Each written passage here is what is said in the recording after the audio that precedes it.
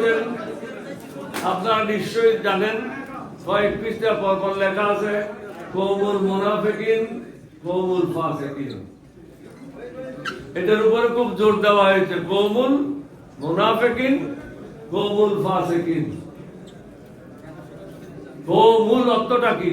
যারা মুসলমানদের মধ্যে অন্তর্ভুক্ত, অন্য ধর্ম সম্বন্ধে বলে নেই। সুতরাং আপনি ফটো তোলার পরে আমাদের যে ফর্ম নেবেন, এটা কি প্রসিজার হবে আমি বলে দেব। ফর্ম নেওয়ার সময় আপনি ডিক্লেয়ার করে দেবেন যে আমি এলডিপি করব বা আমি এলডিপি করব না। বেঈমানির আশ্রয়টা নেবেন।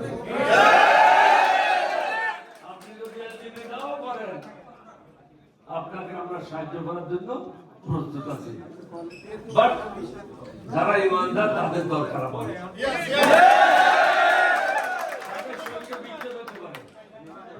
দর্জন হতে পারে। Can you stop talking? আমি দর্জন হলে ইমানদার দরকার। আমার রাসূল করিম সাল্লাল্লাহু আলাইহি ওয়াসাল্লাম বদর যুদ্ধ গিয়েছিলেন, বেশি লোক ছিল না, অল্প লোক নিয়ে এই যুদ্ধে তিনি জয়লাভ করেছিলেন। আপনারা যে এখানে সবাই বলে গেলেন যে আমি দুর্নীতি করিনি, আমাকে 60 বছর পরীক্ষা দিতে হয়েছে, 60 ইয়ার্স। সর্বশেষ শেখ হাসিনা মহাদের 1996 সালে বেগম জিয়ার পরিবর্তে আমাকে প্রধানমন্ত্রী করতে চেয়েছিল। ওই সময় আওয়ামী লীগের সদস্য সংখ্যা ছিল 143। বিএনপির 40 জন দল ত্যাগ করতে রাজি ছিল। তারা আলাদা একটা গ্রুপ করতে চাইছিল, পার্লামেন্টারি গ্রুপ। এই গ্রুপের মাধ্যমে 183 জন হয়। 183 জন নিয়ে পার্লামেন্টারি গ্রুপ করে আমাকে প্রধানমন্ত্রী করতে চেয়েছিল। আমার বাসায় এসেছিল, please don't talk, listen, this is not available in the market, this information is with only me. Sheikh হাসিনার চাচা হাফিজ, পটুয়াখালীর আহম জাহাঙ্গীর, ওনারা আসছিলেন স্পিকার রাজ্জাক আলীর বাসায়। এক লাইনে 4টা ভাষা ছিল। সর্বশেষ ভাষা ছিল বাম দিকে, if you are facing the quarter, left সাইডে আমি ছিলাম, আর রাজ্জাক আলী ছিল প্রথম ভাষায়। ওনার কাছে যখন ওরা আসে, প্রস্তাব নিয়ে যে রাজ্জাক আলী সাহেব, আপনি স্পিকার, আপনি প্রধানমন্ত্রী হয়ে যান, বেগম জিয়াকে আউট করে দিন। উনি বলেছিলেন যে আমার দ্বারা সম্ভব না, আমার ওই সাহস নাই। বলে কার কাজ যাও, বদরুল্লাহ বলে নো, বলে এটা যদি করতে পারে একমাত্র কর্নেল বলি করবে, তাহলে কেউ করতে পারবে। আমার কাছে আসছিল, আমি প্রথম 2 রাত্রে রাজি ছিলাম। 3য় রাত্রে আমার কাছে আসলো, পরের দিন কয়টার সময় শপথ হবে, কিভাবে হবে, সব নিয়ম টিয়মগুলি ওয়ার্কআউট করার জন্য। হঠাৎ আমার মনে ভয় ঢুকলো, আল্লাহ আমি তো ভুল করছি না, আমি তো বেঈমানি করছি না। আমি ওদেরকে নিচে বসে উপরে চলে গেলাম, দোতলায়, ওযু করে জায়নামাজে সিজদায় চলে গেলাম। সিজদায় গিয়ে আল্লাহকে বললাম, আল্লাহ, দেশের প্রধানমন্ত্রী হওয়ার একটা অনন্য সুযোগ আমি পেয়েছি। আমার মনে হয় কোন জায়গায় আমি ভুল করতে যাচ্ছি। তুমি আমার মালিক, আমি তোমার কিনা গোলাম। আমরা শুধু গোলাম না, কোরআন শরীফে লেখা আছে ইউ আর মাই স্লেভ। ইংরেজি হলে ভালো বুঝবেন, স্লেভ হলো কৃতদাস। আমি তোমার কৃতদাস, কৃতদাসকে পথ দেখাও। কিছুক্ষণের মধ্যে আমার মধ্যে একটা অনুভূতি হলো, don't do it, this is wrong. আমি নিচে আসলাম, গ্রাউন্ড ফ্লোরে দুজনকে বললাম, আই এম ভেরি সরি, আমার দ্বারা এটা সম্ভব হবে না। তারপর ওনারা বললো যে আপনাকে আমাদের নেত্রীর সাথে কথা বলতে হবে। I said no problem. টেলিফোনে মিলান, তখন মোবাইলের যুগ ছিল না, নর্মাল টেলিফোনে মিলালো, উনাকে আমি বললাম যে আপনার প্রতি আমি কৃতজ্ঞ, আপনি আমাকে প্রধানমন্ত্রীর জন্য উপযুক্ত মনে করেছেন, but I can do it.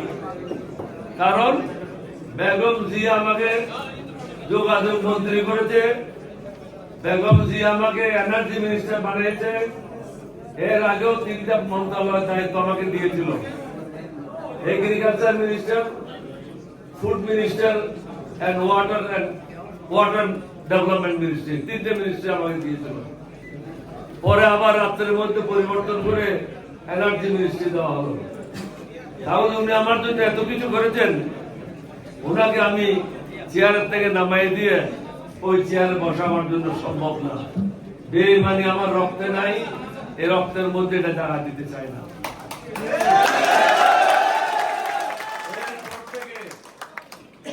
একাধিকবার আমাকে টাকার অফার দিয়েছে, মন্ত্রণালয়ের অফার দিয়েছে, but I told them I am not animal, I cannot be sold. I am son of my father. I am a Muslim. I am not only Muslim, but I am a devoted Muslim who believe in Quran, Sunnah and Hadith. আপনি যদি কোরআনে বিশ্বাস করেন, হাদিসে বিশ্বাস করেন না, তাহলে আপনি মুসলমান না। It is a combination of everything, Quran and Hadith. যে সমস্ত জিনিস কোরআনে আসে নাই, ওই জিনিসগুলো আসছে হাদিসে। হাদিসে যে জিনিসগুলো আসছে এটা আমার নবী বলেছে, বাট এটা আমার নবীর বক্তব্য না, এটা আল্লাহ রাব্বুল আলামিনের বক্তব্য। আল্লাহর অনুমতি ছাড়া আমার নবী কখনো কোনো কথা প্রকাশ করে নাই, বলে নাই। হাসিনার সাথে রাজি না হওয়ার জন্য আমার কি পরিণাম হলো? আমি ছিলাম কক্সবাজারে, সকালে পেপার উঠে দেখি স্বরাষ্ট্র মন্ত্রণালয়ে ককটেল মারার পরিকল্পনাকারী হিসাবে আমাকে অভিযুক্ত করে মামলা করা হয়েছে।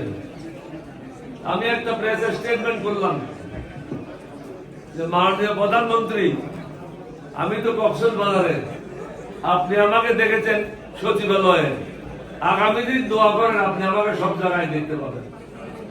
So don't worry, you will find me in every place. But you can't buy me. তারপরে কি হলো? প্রত্যেকটা নির্বাচনের সময় আমার ঘরে একাধিক ব্যক্তি আসছে। My reply was same. I cannot be sold. I will remain where I am. আমি কি পেলাম কি খেলাম এটা বড় কথা না, আমার আল্লাহ আমার জন্য যেটা রেখেছে আমি এতে সন্তুষ্ট। হাসিনা বিএনপির বা অন্য কারো বিরুদ্ধে 3বার ইনকোয়ারি করে নাই, আমার বিরুদ্ধে 3বার ইনকোয়ারি করেছে দুর্নীতি দমন ব্যুরো। শেষ পর্যন্ত ওরা বলে দিল যে ডক্টর কর্নেল ওলি আমার সরকারের কাছে পয়সা পাবে, সরকার ওনার কাছে পয়সা পাবে না। আজকের দিনে আমি 10 লক্ষ টাকা সরকারের কাছে পাই। এখন আপনাদের মনে প্রশ্ন আসতে পারে, সরকার তো জনগণের কাছে টাকা পায়, আপনি কিভাবে সরকারের কাছ থেকে টাকা পান? এটা প্রশ্ন না?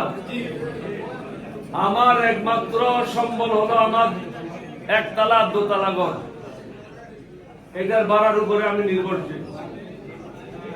ভাড়াটিয়ারা ভাড়া দেওয়ার সময় ইনকাম ট্যাক্স কেটে রাখে, সুতরাং আমার যে পেনশন, আমার যে বীর বিক্রম অ্যালাউন্স, এগুলি পেনশনের বাইরে, সরি ট্যাক্সের বাইরে, সুতরাং আমার ট্যাক্স নাই। কিন্তু আমার একটা পুরানো গাড়ি আছে, 14 বছর পুরানো, দেখলে মনে করবেন এটা বোধহয় কালকে কিনছে। ওটার জন্য রেজিস্ট্রেশন করাতে গেলে প্লিজ নো টপিক, রেজিস্ট্রেশন করতে গেলে 1.5 লক্ষ টাকা দিতে হয়। এই 1.5 লক্ষ টাকা দিতে দিতে এখন প্রায় 10 লক্ষ টাকার মতো ইউনিট সরকারের কাছে আমার পাওয়া, কারণ এখন ইউনিট সরকার, আগে তো ছিল মাতারি সরকার।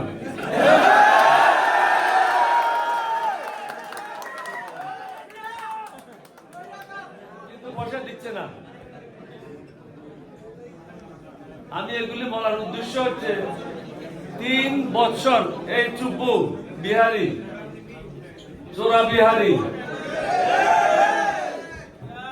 এসালামের কর্মচারী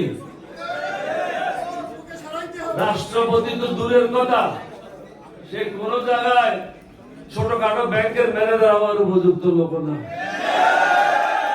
কিন্তু কিছু দুর্নীতিবাদ রাজনীতির কারণে সে এখনো বহাল তবিয়ত আছে। রাজনীতি মানে হলো কি জানেন?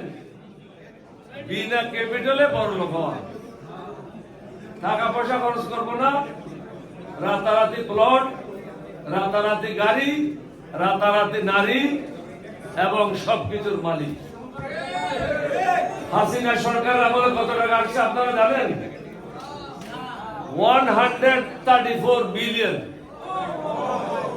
Not a small amount. 134 billion. এই টাকা যদি বাংলাদেশের কাছে থাকতো তাহলে পৃথিবীর অন্যতম ধনী দেশ Bangladesh. Bangladesh is not poor, but we are poor. Because we are dishonest people. We are thieves. যে যায় লঙ্কায় সে হয় রাবণ, যে যায় মক্কায় সে হয় হাজি। রাজনীতি করে মন্ত্রী হয়ে প্রথম কাজটা হলো একটা প্লটের দরকার, একটা গাড়ির দরকার, একটা নারীর দরকার, একটা বাসার দরকার। ক্যানাডাতে বাসা করতে হবে। আজকে আপনারা কি দেখছেন? হাসিনার যে লোকেরা পলায় আছে কোথায়?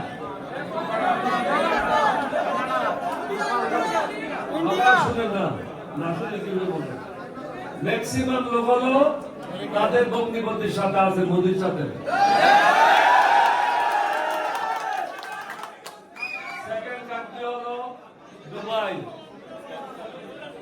যার কারণে বাংলাদেশকে ভিসা দিচ্ছে না। তারপরে হলো Saudi Arabia, Malaysia, Thailand, Singapore এবং বিভিন্ন দেশের ছোটখাটো দেশগুলি। তারপরে হলো আপনারা যেখানে আছেন এইখানে। তাদের সাথে আমাদের কোনো দুশ্মনী নাই, তাদের সাথে আমাদের কোনো শত্রুতা নাই। আমাদের বক্তব্য হলো তোমরা যে গরিব মানুষের রক্ত খেয়েছো, 134 বিলিয়ন নিয়ে আসছো, এই টাকাগুলি ফেরত দাও, তোমাদেরকে আমরা মাফ করে দেব। We are not after your blood, but we want our blood back. আমাদের যে রক্তটা চুষে গিয়েছো সেই রক্তটা আমাদেরকে ফিরিয়ে দাও। আমরা কারো বিরুদ্ধে না, ভারতের বিরুদ্ধে আমি কেন কথা বলি? ভারত আমাদের কি দিয়েছে? কিছুই না। মুক্তিযুদ্ধের সময় 10 দিন যুদ্ধ করেছে। আমরা যখন যুদ্ধের শেষ অবস্থায় ছিলাম তারা এসে যুদ্ধ করেছে। আপনারা ফেসবুকে দেখেন, বাংলাদেশের কোন সেনা অফিসারের সাথে জেনারেলরা মিটিং করে নাই, সাবেক সিং মিটিং করে নাই, ইস্টার্ন কমান্ডার মিটিং করে নাই, কিন্তু ক্যাপ্টেন হলির সাথে মিটিং করার জন্য শ্রীনগর ডিউটিতে আসছিল। আপনারা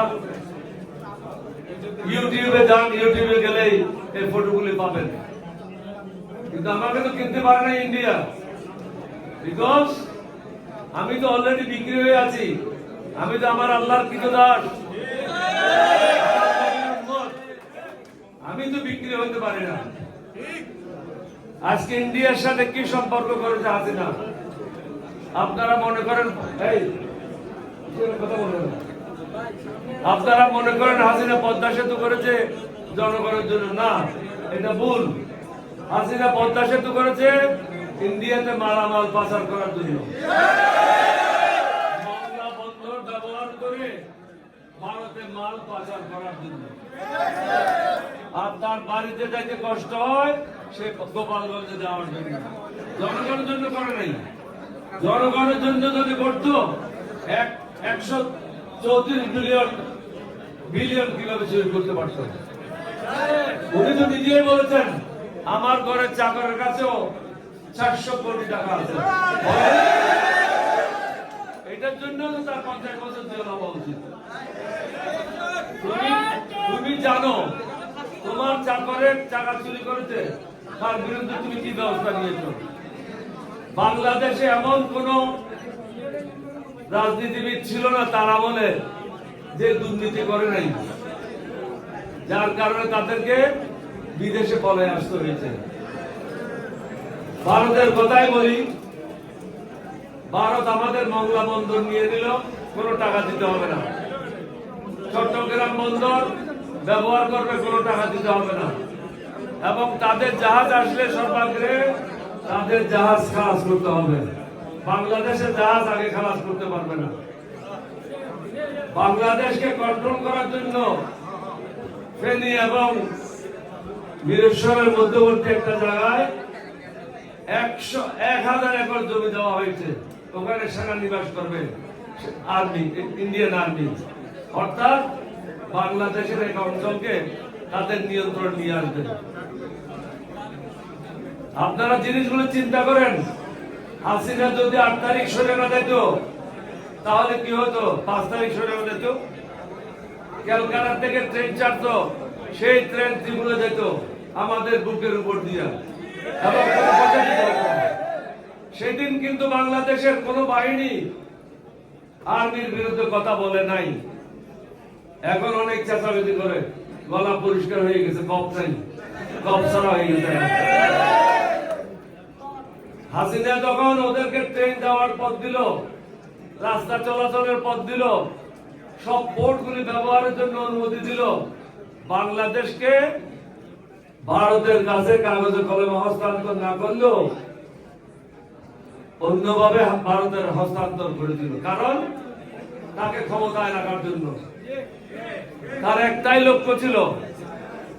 আপনারা যারা গ্রামের ছেলে, অনেক মৌলানা সাহেব কেউ যদি তাকে মাইন্ড করে তা ক্ষমা চেয়ে নি, বলতে আমার কাজ হলো জানাজা পড়া, মুর্দা দুজকে যাবে না বেরোতে যাবে, এটা দায়িত্ব আমি নিতে পারবো না। আমি জানাজা পড়েছি, আমাকে 2000 টাকা দিতে হবে। হাসিনা ছিল এরকম, বাংলাদেশ কোথায় যাবে আমার দরকার নাই, বাংলাদেশের জনগণ কোথায় যাবে আমার দরকার নাই। I need a pound of flesh like a Shylock. শাইলকের বই যদি কেউ না পড়েন, পড়ে নিয়েন।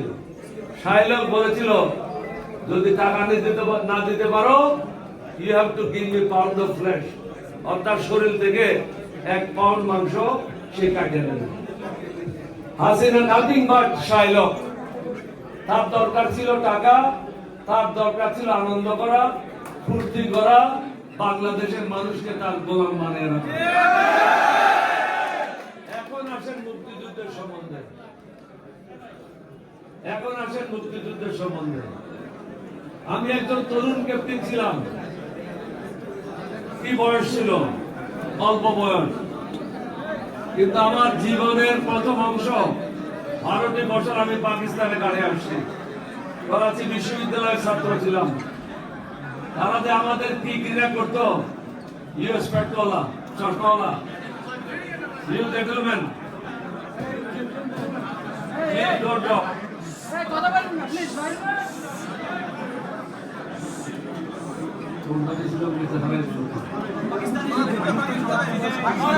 মুক্তিযুদ্ধের সময় আমার কি বয়স ছিল? আমি একজন তরুণ ক্যাপ্টেন। জীবনের 12 বছর পাকিস্তানে কাটিয়েছিলাম। আমাদের প্রতি তাদের যে ঘৃণা ছিল ওই দিনে, এটা আমার মনের মধ্যে দাগ কেটেছিল। পাকিস্তানের লোকেরা আমেরিকা যায়, পাকিস্তানের লোকেরা লন্ডনে যায়, পাকিস্তানের লোকেরা সৌদি আরবিয়া যায়, দুবাইতে যাচ্ছে, মালয়েশিয়া যাচ্ছে। বাংলাদেশের লোক তো যেতে পারে না, কারণ বাংলাদেশের লোকের পক্ষে ঢাকা আসা সম্ভব ছিল না। তারা কিভাবে রাওয়ালপিন্ডি যাবে, কিভাবে ভিসা পাবে, এটা একটা অসম্ভব ব্যাপার ছিল। যার কারণে আপনারা যেখানে যান সেখানে পাকিস্তানিদের পাবেন। সুতরাং আমি সিদ্ধান্ত নিয়েছিলাম একজন তরুণ ক্যাপ্টেন হিসাবে, যখন ওই সুযোগ পাবো পাকিস্তানের বিরুদ্ধে বিদ্রোহ করব, বাংলাদেশকে স্বাধীন করব।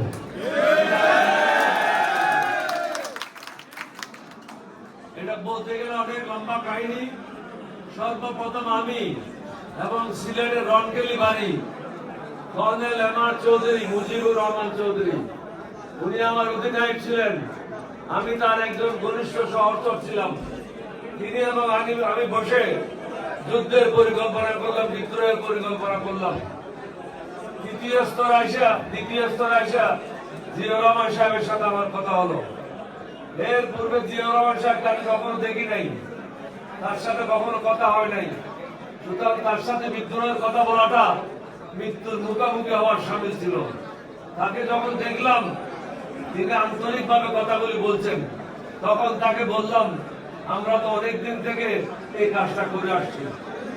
তিনি বলেন, কে গে আছো? আমাদের আরেকজন লোক আছে, সময় আসলে আপনাকে তার সাথে দেখা করাই দেবো। এখনো সময় আসে নাই, এটা গোপনীয়তা রক্ষা করতে হবে। আপাতত আমি আর আপনি, আমার সাথে যে আরেকজন আছে এটা আপনাকে বলা যাবে না। 8ই মার্চ আমরা 7ই মার্চ কথা শুনেন, আমরা 7ই মার্চ শেখ মুজিবের বাসনের জন্য অপেক্ষা করছিলাম। শেখ মুজিবকে পিছনের থেকে ছাত্ররা গুতাগুতি করছিল, কারণ তিনি বলতে চাচ্ছিলেন না। তাদের গুতাগুতির কারণে তিনি কি বললেন? আজকে সংগ্রাম মুক্তির সংগ্রাম, আজকে সংগ্রাম স্বাধীনতার সংগ্রাম। তোমরা লাঠি সোটা যার যা আছে তা নিয়ে বাইরে। এখন আপনাদের কাছে আমি একটা প্রশ্ন রাখি, যে সেনাপতি যুদ্ধ ঘোষণা করে সেই সেনাপতি কি যুদ্ধ পরিচালনা করে না পলায় যায়? ওই সেনাপতি যুদ্ধ পরিচালনা করে। আর আমাদের শেখ মুজিব কি করলো? তারা কিভাবে মুক্তিযুদ্ধ হতে পারে আমাকে বলেন। তিনি যখন ওখানে ফরমা পোলো বিরিয়ানি খাচ্ছিল, এইদিকে শেখ হাসিনার প্রসব বেদনা, বাচ্চা হবে। হাসিনা তো নিজেই বলেছে যে ওর এক নমরুদ পয়দা হুয়া। হাসিনাই বলছে তার ছেলে নমরুদ, আমরা তো বলি না, আমরা তো এখন বলছি না। এই নমরুদ কোথায় পয়দা হয়েছিল? আর্মির হসপিটালে, পাকিস্তান আর্মির হসপিটালে। এবং তাদের মাসিক ভাতা কে দিত? পাকিস্তান আর্মি 1500 টাকা ভাতা দিত। হাসিনা ধানমন্ডি থেকে আর্মি হসপিটালে কিভাবে আসলো? মিলিটারি গাড়িতে আসলো। তাহলে তোর মুখে কিভাবে পাকিস্তানি সাজে? তারপরে প্রশ্ন হলো, ভুট্টো তোমাকে মুক্তি দিল, এই কথা বলেন না please. Man in the back side. If you like, you stay inside, otherwise get out. If you stay inside, keep quiet. Or if you want to speak better than me, come on the stage. Sheikh Mujib যখন ছুটি পেল, jail থেকে মুক্তি পেল, তাহলে তার কি উচিত ছিল? সরাসরি বাংলাদেশে আসা, তাই না? তো সে লন্ডন গেল কেন? লন্ডন থেকে দিল্লি গেলি কেন? অর্থাৎ গোলামি চুক্তি সব ঠিক করে বাংলাদেশে নিয়ে আসছে। তোমরা কিভাবে বলো তোমরা মুক্তিযুদ্ধের দল? আজকে যদি কেউ বলতে পারে মুক্তিযুদ্ধের দল, এটা এলডিপি বলতে পারে।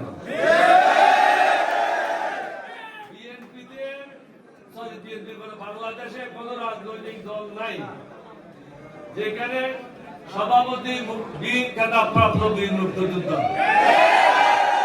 প্রেসিডেন্ট মুক্তিযোদ্ধা এবং আমার সেক্রেটারি জেনারেল মুক্তিযোদ্ধা। দুই মুক্তিযোদ্ধার সমন্বয়ে বাংলাদেশে কোন রাজনৈতিক দল নাই। আমার প্রেসিডিয়াম মেম্বারদের মধ্যে 5 জন ডক্টরেট। বাংলাদেশের কোন রাজনৈতিক দল নাই দাঁড়িয়ে বলতে পারবে 5 জন ডক্টরেট তাদের দলের সর্বোচ্চ ভূমিকা আছে। আপনারা যে এলডিপি করছেন, আপনারা তো এটাই বলতে পারেন আমাদের দলের নেতা চোর না,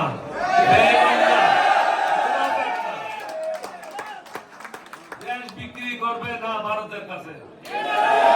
প্রয়োজন হলে তাদের বিরুদ্ধে আমরা যুদ্ধ আরেকটা করব। But we will not surrender to them. We will prefer to die than dishonor.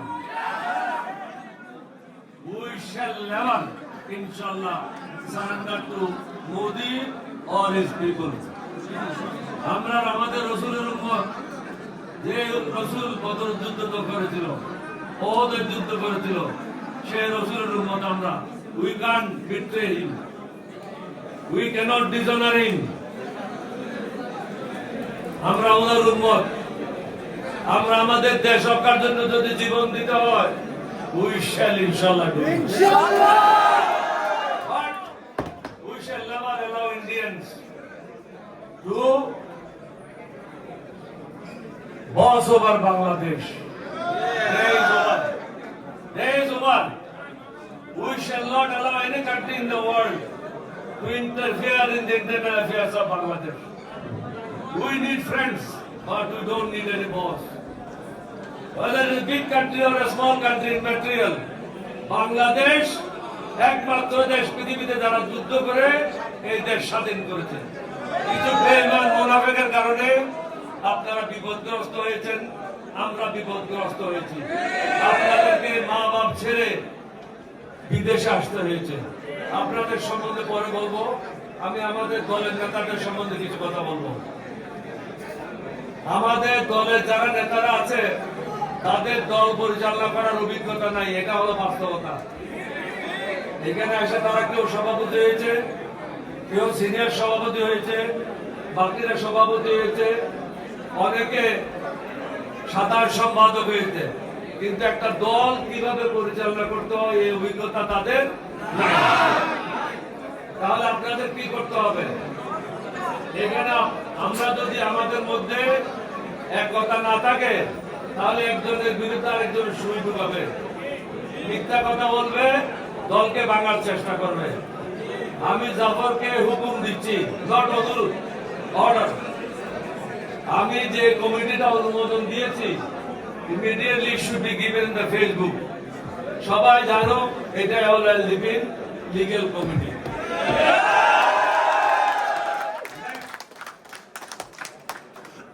আপনাদের সবাই দায়িত্ব হলো ইমানদারদের নিয়ে এলডিপি কে পুনর্ভাবে শক্তিশালী করা, গঠন করা। আপনার বসেন, আপনি বসেন ওখানে। Don't disturb me now. If you have done it, fine. আপনাকে এলডিপির সভাপতি হিসেবে একটা কোর কমিটি করতে হবে। Core committee not more than 7 or 8 people. এখানে সভাপতি থাকবে, সাধারণ সম্পাদক থাকবে, সিনিয়র সাধারণ সম্পাদক থাকবে, সভাপতির মধ্যে 2 জন থাকবে, প্রচার সম্পাদক থাকবে। তাদেরকে নিয়ে আপনি একটা কোর কমিটি করেন। যখন কোনো কর্মকাণ্ড করতে চান, যেমন আমার কথা শুনেন, আমি যখন কোনো কাজ করতে চাই আমি আমার মহাসচিবকে টেলিফোন করি যে মহাসচিব রিদওয়ান সবাই বলছে এরকম করার জন্য, তুমি কি মনে করো? আমি যদি বলি এটা করো, অবশ্যই করবে, but I don't want to do it. I want to be the participant in that. You should own it. সে মনে করবে যে আমি করেছি, ইটস গুড। আমি তাকে জিজ্ঞাসা করি তুমি কি মনে করো, বলো স্যার এটা করেন খুব ভালো হবে। তাহলে তুমি যদি ভালো মনে করো তাহলে আমাদের অফিস সেক্রেটারিকে বলে দাও এটা অর্গানাইজ করার জন্য। এটা আমি জাফরকেও বলবো, সেক্রেটারিকে বলবো। Don't become a dictator.